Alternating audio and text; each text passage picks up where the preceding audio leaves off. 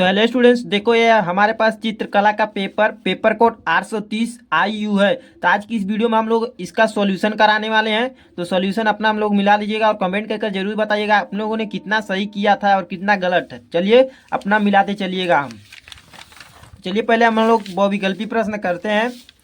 यहाँ पर दिया है निम्न में से कौन सा शीत रंग है। तो आपका शीत रंग हरा है। ठीक है, जो जो सही आंसर है उसे मैं टिक कर दे रहा हूँ। आप लोग मिला लीजिएगा अपना।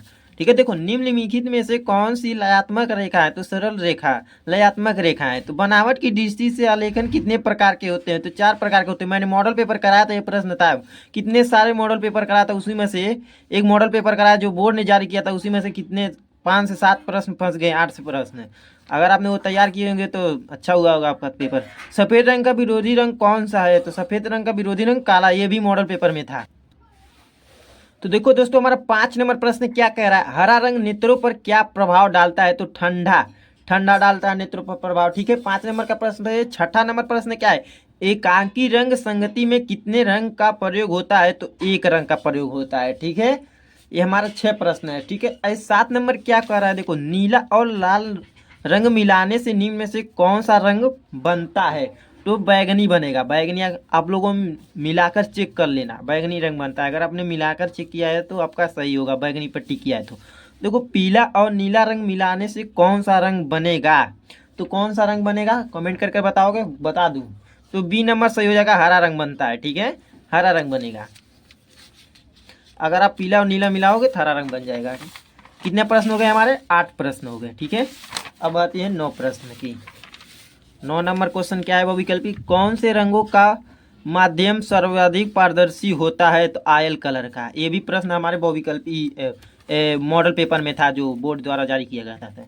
बारीक बारीक लाइन बनाने के लिए किस नंबर का ब्रश का प्रयोग करते हैं। तो कम 0 का प्रयोग करते हैं और 1 नंबर का भी प्रयोग करते हैं। तो एक ऑप्शन नहीं है तो 0 है, तो 0 टिक कीजिएगा। तो कला शब्द का किस भाषा का है। तो कला शब्द हमारा संस्कृत भाषा का। ठीक है, अगर आपने संस्कृत टिक किया है तो आपका सही है। इंद्रधनुष में कितने रंग होते हैं। इंद्रधनुष में 7 रंग होते हैं। कितने रंग, 7 रंग होते हैं। किस नंबर की पेंसिल से खींची गई रेखा गहरी होती है। तो 2B और बी पूछा है। अगर एच पूछता है तो हल्की रहती है। गहरी पूछा है मतलब 2B होगा आपका। राइट आंसर 2B हो जाएगा। तो लाल में सफ़ेद मिलाने में कौन सा रंग बनता है। कौन सा रंग बनेगा, गुलाबी रंग बनेगा। ठीक है, हमारा 14 नंबर प्रश्नों का देख लिए, गुलाबी रंग बनता है। देखो 15 नंबर प्रश्न क्या बोला है। आकृतियों को पुनरावृत्ति करने के लिए किस पेपर का प्रयोग करते हैं। तो किस पेपर का प्रयोग करोगे, साधारण पेपर का। ठीक है, अब याद आता है हमारा क्या सरल रेखा लयात्मक होती हैं। हाँ, सरल रेखा लयात्मक होती हैं। तो देखो नीला रंग नेत्रों पर क्या प्रभाव डालता है। नीला रंग नेत्रों पर क्या प्रभाव डालता है। तो ये हमारा कितना नंबर प्रश्न है, 17 नंबर का क्या हो जाएगा, ए ठंडा। ठंडा पे अगर आपने सही किया है तो सही है आपका, टिक किए हैं तो समांतर रेखा किसे कहते हैं। समांतर रेखा, देखो समांतर रेखा आपने मैथ के क्वेश्चन में पढ़े होंगे। ऐसे जो सीधी होती हैं, जो टकराती नहीं, उसी को हम समांतर रेखा, मतलब 2 सीधी रेखाओं आपस में ना मिले, ऐसे है। ये हमारी रेखाएं हैं, चलती जाएंगी पर मिलेंगी नहीं आपस में, इसी को हम कहेंगे समांतर रेखा। ठीक है, तो कोई 19 नंबर प्रश्न, सबसे महीन ब्रश निम्न में से कौन सा है। तो सबसे महीन पूछा है तो 1 ही नंबर तो होगा, 1 नंबर। ठीक ही होंगे तो सही है।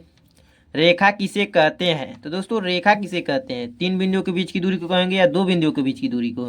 तो दोस्तों आपको पता होना चाहिए 2 बिंदुओं के बीच की दूरी को ही रेखा कहते हैं। ठीक है, अपना मिला लिए होंगे। बाकी तो आपने लोगों ने सॉल्व किया होगा। ये हमारे थे प्राविधिक कला। ठीक है, हमने सिर्फ आलेखन का बताए हैं, आलेखन का, क्योंकि बच्चे ज़्यादा करके आलेखन का ही करते हैं। ठीक है, अगर आप कमेंट कर दीजिएगा कि प्राविधिक कला की भी बताइए तो मैं प्राविधिक कला भी बता दूंगा।